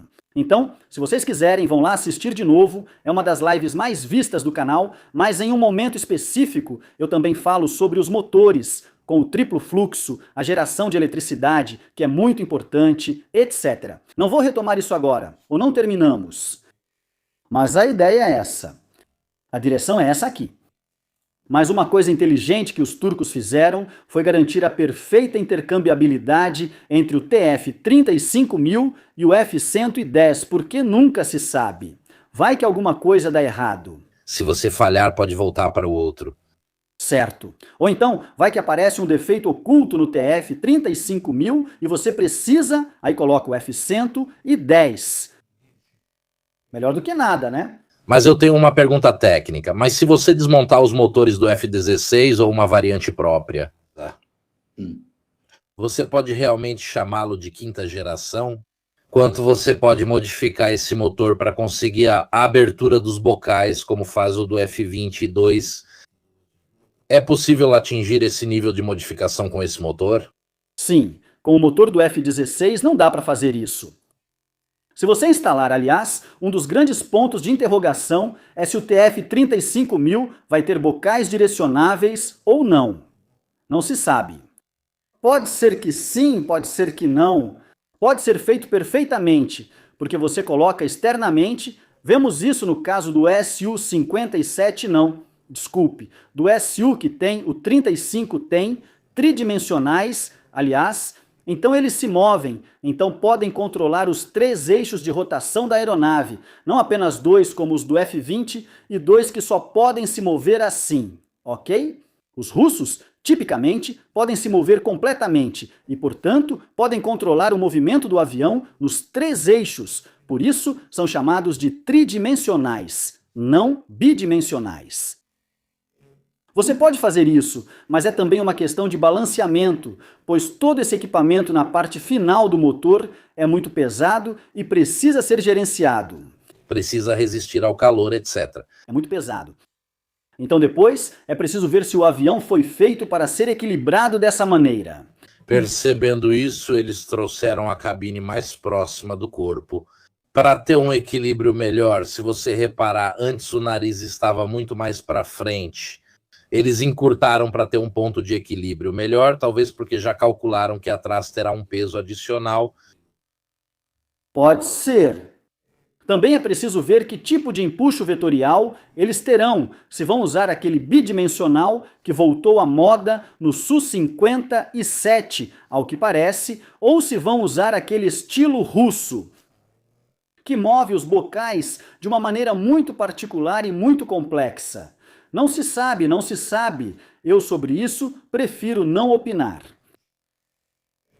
Então, a propósito de descrição, já que hoje à noite, veja, diz Falcone, a supermanobrabilidade é uma obsessão dos russos, além de haver limites físicos, como diz Falcone. Mas estatisticamente, os combates ocorrem a distâncias cada vez maiores. Também sobre isso fizemos uma live, Mirko, se não me engano em 2024, na qual analisamos estatisticamente como o combate de... Desde a Segunda Guerra Mundial em diante, no Vietnã, como as distâncias aumentaram, etc. Exato. Então eu não apostaria no empuxo vetorial, mas não sei, depende deles. Não digo nada, não sei. Então, em geral, trata-se de uma aeronave. Então, falando sobre invisibilidade ao radar, de baixa observabilidade ao radar. Aliás, coloquei algumas imagens para mostrar para vocês o que significa ser um caça de quinta geração, ter baixa refletividade ao radar, etc. Aqui eu tentei mostrar para vocês como as linhas estão todas alinhadas, todas com o mesmo ângulo, tanto nas asas, ou melhor, nas semiasas, no estabilizador horizontal de cauda. até mesmo na parte superior da entrada de ar. Vocês veem como está tudo alinhado, mas até as dobradiças das superfícies móveis estão alinhadas. Aqui eu mostrei para vocês a parte frontal. Assim vocês veem como está tudo alinhado. Dessa forma, isso ajuda porque Dário de Francesco, isso ajuda a desviar as ondas de radar para longe, em um ângulo diferente da sua fonte. Não é que tudo seja feito com a geometria. A geometria é apenas uma parte do trabalho. Geometria não é crime, só para te lembrar. Geografia sim, pelo visto, mas geometria não. Ultimamente, geometria não está muito na moda. Isso, a geometria, na verdade, talvez seja a que menos importa. Depois, existem os materiais que absorvem radar. Existem muitas coisas a serem consideradas para a baixa observabilidade. Por exemplo, aqui eu esqueci de destacar o chamado queixo, ou seja, aquela dobra que vocês veem no nariz da aeronave e que dá essa forma losangular. Aqui, vocês veem que há uma linha nítida que divide a aeronave da ponta do radome. Aqui vocês veem aquela borda nítida. Aquilo é uma separação clara, que se chama queixo. Queixo, né? O queixo. Isso também ajuda a dar uma divisão clara dos ângulos e a desviar as ondas. Radar. Estou tentando usar os termos mais simples que me vêm à mente. Longe de... Imagine isso. Se um radar terrestre vier te atingir, ou seja, uma coisa inclinada, você tende a desviá-lo. Se por outro lado ele está acima de você, um AWACS, outro avião, etc., você precisa ter outra forma, porque precisa refletir contra uma onda que está vindo mais de cima.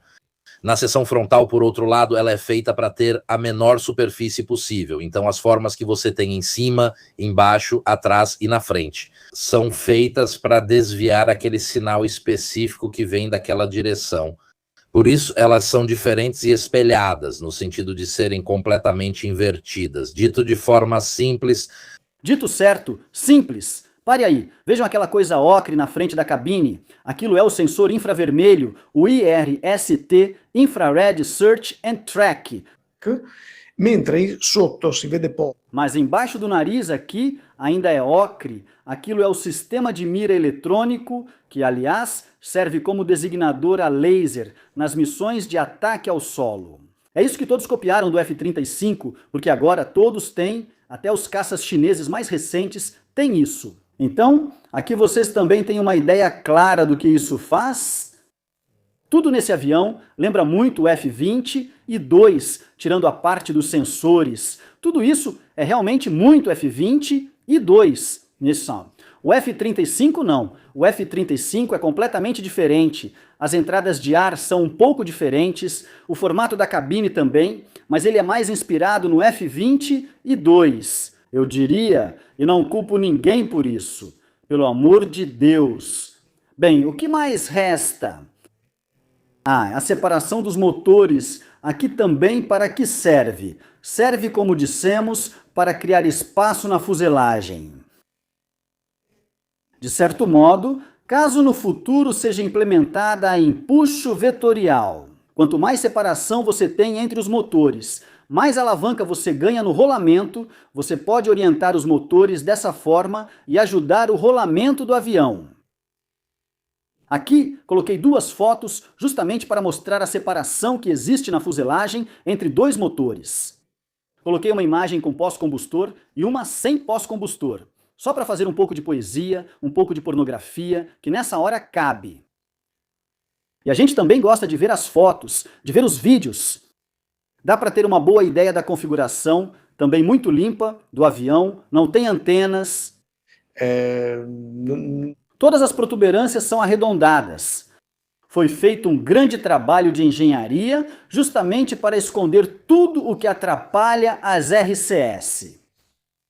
Vamos em frente, já fizemos 1h30, eu não acreditava, você tinha razão. Vamos em frente. Achei que seria mais breve, pois não há muito a dizer sobre essa aeronave. Aqui está o cockpit, a cabine, senão depois não fica bom, porque eu disse cockpit, posição muito elevada, não tem visibilidade traseira. Vejam, não estamos mais... Como é aquilo? era algo que me vinha à cabeça olhando por trás. É verdade que agora dá para esconder sensores, etc., diferente de antes, arrasto e tal, mas me lembra muito a corcunda ao estilo russo. O MiG-20 e mas até o F-35 tem uma. Mas até o dele, o F-35, tem aquela corcunda. Ó, 35 sobre 34. Desculpa, sobre 34. Mas porque é um avião de ataque, ele não precisa de tanta visibilidade traseira. Ou seja, a razão de existir da bolha de vidro é permitir que você se vire e olhe para trás. Nos aviões modernos, isso começa a não existir mais por causa do que você disse antes. Existem câmeras que muitas vezes podem projetar no capacete do piloto o que elas veem quando ele se vira, então o avião se torna transparente para o piloto. O piloto olha ao redor e a imagem mostra para ele o que as câmeras captam do ângulo em que ele está olhando. Eu imagino que possa haver essa solução aqui também, porque esse é um caça que, pelo menos na fase inicial, é de superioridade aérea. Então, não ter uma boa visibilidade traseira não é uma boa ideia. Eles devem ter resolvido isso de outra forma. Tem o head-up display, o piloto, mas imagino que também tenha o capacete com, dadas as dimensões, provavelmente terá imagens projetadas diretamente no visor. Ah, sim. Então, eu imagino que eles tenham feito algo desse tipo. Mas o piloto pode sair sozinho. Mas sabe, às vezes até com os amigos ele pode sair com mulheres, homens, pode sair como quiser. Eu devo ser eu a limitar a liberdade do piloto? Quem sou eu? Não sei. Não, scherzavo. Eles vão sempre pra balada juntos, todos juntos, não. Ele está falando daquela famosa escadinha que você tem que puxar pra fora. Sim, Esperamos que não seja a escadinha da MX, que custava o mesmo que um carro popular. nunca entendi como aquilo custa tanto. É só uma escadinha. É fácil porque é você quem paga. Fácil. Muito simples, mas aqui tem uma escada integrada, pelo que entendi, e isso pode até fazer sentido. Sim, dá para ver uma escadinha integrada que provavelmente entra no avião, uma boa ideia, bem prática. Esta é uma imagem que permite apreciar um pouco toda a parte frontal da cabine. Me desculpem, esqueci de colocar a imagem de quando Erdogan entrou nele. Isso foi algo que esqueci de fazer, mas depois falo sobre isso para vocês. De quem é a assinatura? É a minha, porque eu disse: "Ah, Lanzaro, vem aqui fazer uma assinatura. Você é famoso, vem aqui e assina." Poderia ser mesmo do Você se acostumou, né, desde que começou a fazer conferências, assinar livros, né, não? Não posso andar, dizia Leone de Lérnia. Que Deus o tenha, não posso andar, não posso andar. As pessoas erram. E então tem uma imagem interessante porque o próprio Erdogan entrou nele. Na primeira vez em que esse avião foi mostrado publicamente, e isso é um sinal muito claro. Ao fazer o roll-out do primeiro avião, aqui foi o Erdogan que empurrou, principalmente por motivos políticos e diplomáticos que explicarei depois. Ah, isso, o cockpit. Pouquíssimas informações. Não encontrei uma imagem definitiva, real, comprovada, que me diga que esse é o cockpit do Kaan. Esta é uma imagem que circulava há um tempo atrás, pode fazer sentido, na minha opinião, por duas razões. Primeiro, o manche do lado direito, não central, e isso é uma herança do F-16. Os pilotos do F-16 que vão migrar para o Kaan já estarão acostumados a ter o manche aqui, não no centro, então pode fazer sentido. E depois, segunda pista, o LAD, Large Area Display, que é aquela tela que vocês veem ali na frente e que é uma tela Large Area Display muito ampla, completamente configurável, que substituiu os antigos MFD pequenininhos. Mas você assiste na Netflix? Certo. Depois lá em cima, perto do satélite, o sinal pega muito bem. Poucos comandos, então o cockpit é bem limpo. Esquece aqueles painéis cheios de relógios dos anos 60 e 70. Tudo aqui é eletrônico. Tô chegando, Falcone, no mercado internacional, porque isso é interessante. O F-14, né? As alavancas A10. Não, a 10A, a primeira versão. Mas, cedo ou mais tarde, na verdade, também teremos que falar da quarta geração. Ou seja, como o F-14 foi o primeiro da quarta geração, mas já o F-15 e o F-16, de poucos anos depois, eram muito mais avançados. Afinal, estamos nos anos 70 e a eletrônica começava a avançar rapidamente. Aqui está o side stick, chama-se side stick, o manche lateral. Então, vou falar sobre o potencial comercial, porque Falcone já está me pressionando há um tempo e, com razão, quer saber. Então, antes de tudo, grande sucesso na Indonésia. Ninguém esperava um pedido de 48 Kan assim de repente. Quer dizer, veja só, a Indonésia compra, ganha de presente, entre aspas, o nosso porta-aviões. A Indonésia está se esforçando. A Indonésia precisa se esforçar porque está em um quadrante que é o Pacífico, que está cada vez mais inquieto por causa da China, por causa dos Estados Unidos, que não se entende quais são as intenções. Mas a Indonésia está meio que agindo como barata tonta. Ou seja, inicialmente parecia que iria comprar os F-15 Aches dos Estados Unidos. Cancelados. Pegou o Kan, depois comprou os Rafale e é parceira no desenvolvimento do KF-20 e um Borame com a Coreia do Sul. Então a Indonésia se encontra a se parar por aqui, se não comprar mais nada, com 3 caças de combate de primeira linha, 3 cadeias logísticas vindas de 3 países diferentes, 3 treinamentos diferentes, 3 sistemas completamente diferentes. Boa sorte! Quer dizer, eu entendo a diferenciação, mas do ponto de vista logístico não é eficiente. Mas essa história é útil para nós que somos divulgadores. Porque é o exemplo clássico de como as escolhas de aquisição não se baseiam apenas nas características técnicas. É melhor, é pior, eu quero assim. Mas também, e especialmente hoje, em um mundo tão inquieto e multipolar, a escolha de aquisição reflete a vontade política do governo que a faz. Quero me alinhar com os Estados Unidos? Compro dos Estados Unidos. Não quero me alinhar com ninguém? Compro um aqui, um pouco ali, um pouco lá. Assim, não fico ligado a ninguém. Ninguém pode me acusar de nada. E se ele cortar minha cadeia de suprimentos porque eu fiz algo errado, tudo bem, vou para o outro. China também disputava a Indonésia. Com os J-10 não foi escolhido, porém... Naquela época confiava, na minha opinião. Não, mas é perigoso. Mas o fato de não comprarem mais o F-15 EIS é bastante significativo, né? Quer dizer, não preciso dizer o que isso significa, mas eu sei. A Indonésia tem recursos para comprar. Vejam, ela está entre os países que mais crescem no mundo, tanto do ponto de vista da população quanto do PIB. Bem, aliás, todo o Pacífico, todo o Sudeste Asiático, o Pacífico já cresce há 20 anos. A razão pela qual o pivô para o Pacífico foi feito em 2010 por Obama é justamente essa. Ou seja, reconhece-se o fato de que o centro econômico, comercial, político, etc., do mundo está indo para lá. A propósito, nós escrevemos um livro sobre o Pacífico. Eu sei disso. Mas pessoal, vocês já compraram, né? Porque eu tenho que pagar a conta aqui. Vamos lá. Força! Fiquem ligados. O Desafio do Pacífico na Amazon. Não percam! Beleza!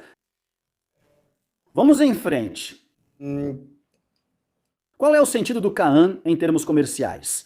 Faz sentido porque é o anti-F-35, o anti-QF-21 e o anti-J-36 chinês. Faz parte desses novos caças que podem ser uma alternativa interessante. Por que não? Se você não pode pagar pelo F-35 ou não tem acesso a essas aeronaves e não quer comprar o Su-57 russo porque não confia, aí vem a Turquia, que não é uma superpotência, não é.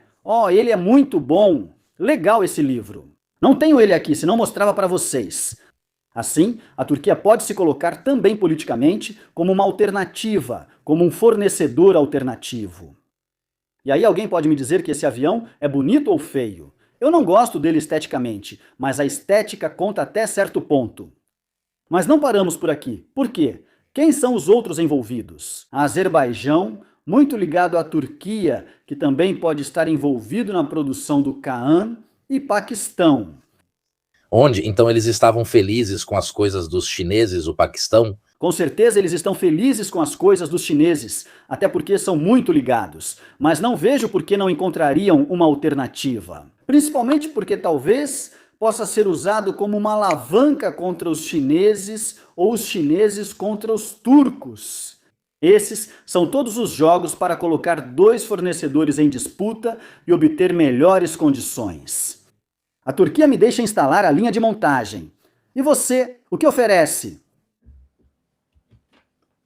Então, não paro por aqui porque também tem a Malásia. A Malásia também está crescendo muito economicamente, pode estar interessada.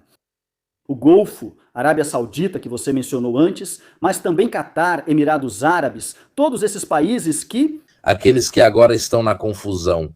Bravo, mas veja só, eles queriam F-35 e não deram para eles.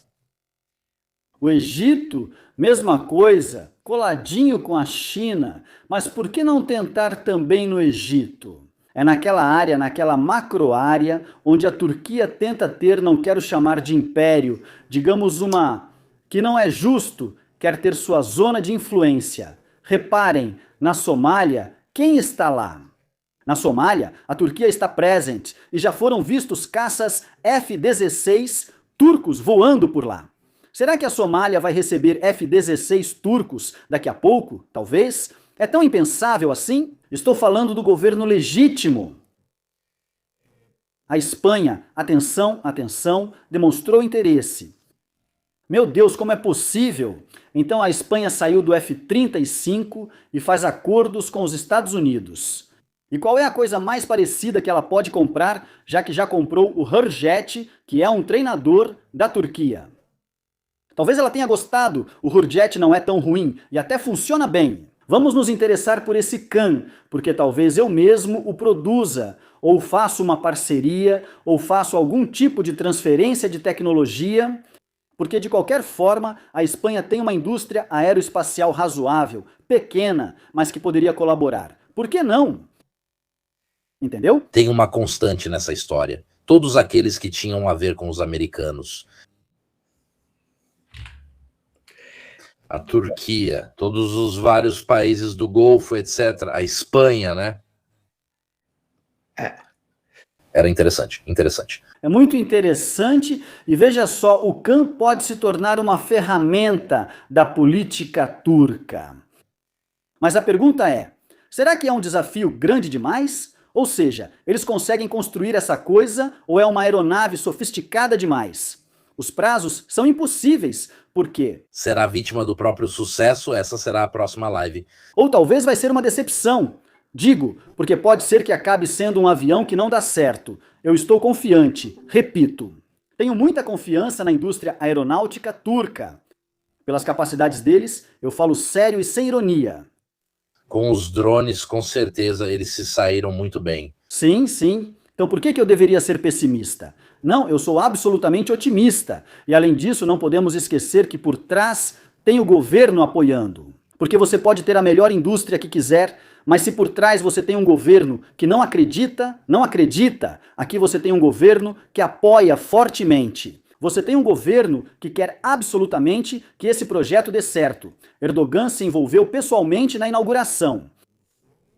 Ele assumiu esse orçamento. E a assinatura, porque a assinatura no avião era dele.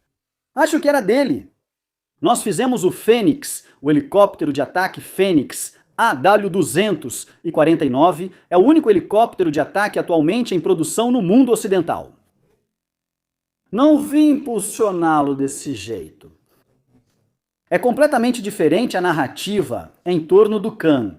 Este é um produto do meu governo, da indústria nacional. Confiem, porque... Eu me pergunto, considerando os prazos turcos, se Erdogan ainda estará lá quando sair. Quem sabe? Mas por enquanto ele pensa no curto prazo. E eu devo dizer que, goste-se ou não, Erdogan é um político habilidoso para essas coisas. Fala-se também de uma versão naval. Por quê? Antes, um dos nossos para... Uma versão naval, ou seja, qual seria o seu distância de pouso? É verdade que sim, ele tem os elásticos, os cabos, etc. É um avião grande para pousar. Não é um problema, porque você também faz pousar Hawks, Mini Hawks, E-2 nos porta-aviões. Também é possível que, sendo tão grande... Com todos os... Eu também olhava o tamanho dos porta-aviões deles, não são particularmente grandes. Bem, este é um projeto para a Mugen. Estamos falando de 60 mil toneladas. Não, das atuais, não desta. Não, vamos ver daqui a 10 anos, não. Não, a Anadolu é um porta-drones, ponto final. Não é grande o suficiente. O que vocês estão vendo é uma das prévias, uma das propostas da Mugen, que é Deveria ser algo de 60 mil toneladas, que aqui vocês veem na versão Stobar, então.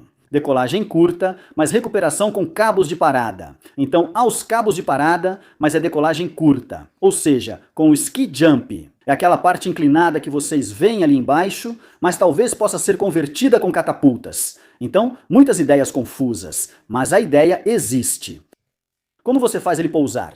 Esse é um avião que pode ser pesado o quanto quiser, vai ficar ainda mais pesado, porque você precisa reforçá-lo para pousar em porta-aviões, mas ele tem uma grande superfície alar. Ou seja, se você conseguia fazer isso pousar... É uma força de parada, certo? Ele desce, elevada. Tem que ver que, além de ter um bom controle dos motores, etc., ele provavelmente também vai ter uma velocidade de stall muito baixa. Então, claro. Na verdade, eu não descarto nada. Ou eles poderiam fazer uma versão embarcada estilo F-35B com as asas um pouco maiores. Quer dizer, existem soluções. Afinal, estamos no século XXI e aqui é realmente a arte do possível.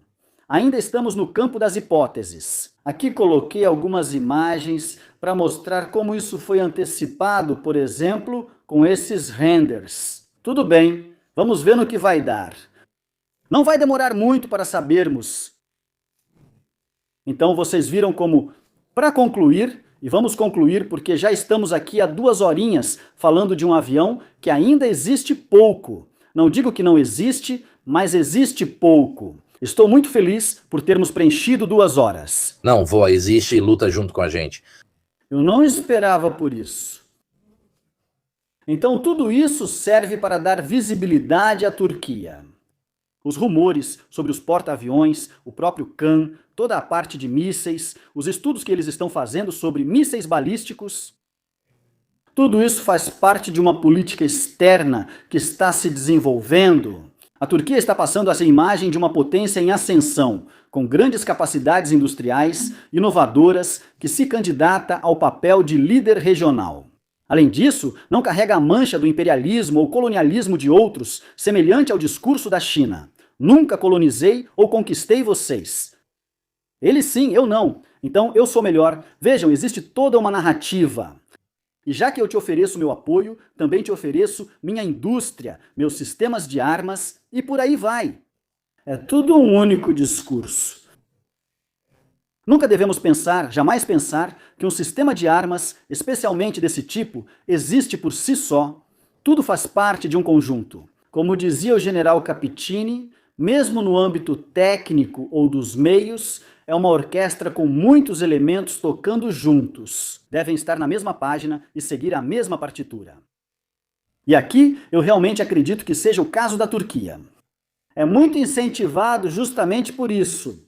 Serve para aumentar a relevância da Turquia, que está tentando aumentar seu peso político e geopolítico em nível internacional. Esse é o sentido do Kan. Veremos o que vai acontecer.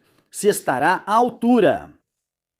Pequena correção. Os turcos têm uma história de colonialismo. Eles são odiados pelos árabes há muito tempo, mas é uma história um pouco mais antiga.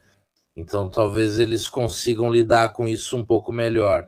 E também não acho que eles tenham esse tipo de ambição hoje em dia, mais do que tudo, ao redor da própria região deles. Depois uma resposta curta, porque já estamos nos alongando muito. Agradeço muito ao Leonardo, vamos aceitar a sua proposta do F-117, mas também outras coisas. Desejo a vocês uma boa semana. E na próxima live acho que vou falar sobre a Ucrânia. Assim, atualizamos sobre o que está acontecendo. Não sei se no domingo ou na segunda-feira, a menos que o Trampone apareça com alguma surpresa. E vários outros casos. Já que vocês perguntaram sobre o livro O Desafio do Pacífico é um livro que faz uma análise sobre toda a questão da China, Japão, Taiwan e assim por diante. Uma visão geral de tudo o que existe, um pouco no nível técnico, um pouco para entender quem são os atores envolvidos, quais são as áreas de tensão e assim por diante. As Palavras da Guerra é, por outro lado, um livro de introdução aos termos militares. Muito útil, já que havia muita gente, digamos, desacostumada, sabe? Nesse sentido, fizemos isso com o general Capitini, e depois tem aquele sobre a guerra russo-ucraniana que fizemos com Cecchini, onde contamos um pouco da história desde 1917 e o pré-Donbas, digamos, antes da confusão no Donbas. Então, obrigado a todos e até breve. Boa noite, tchau.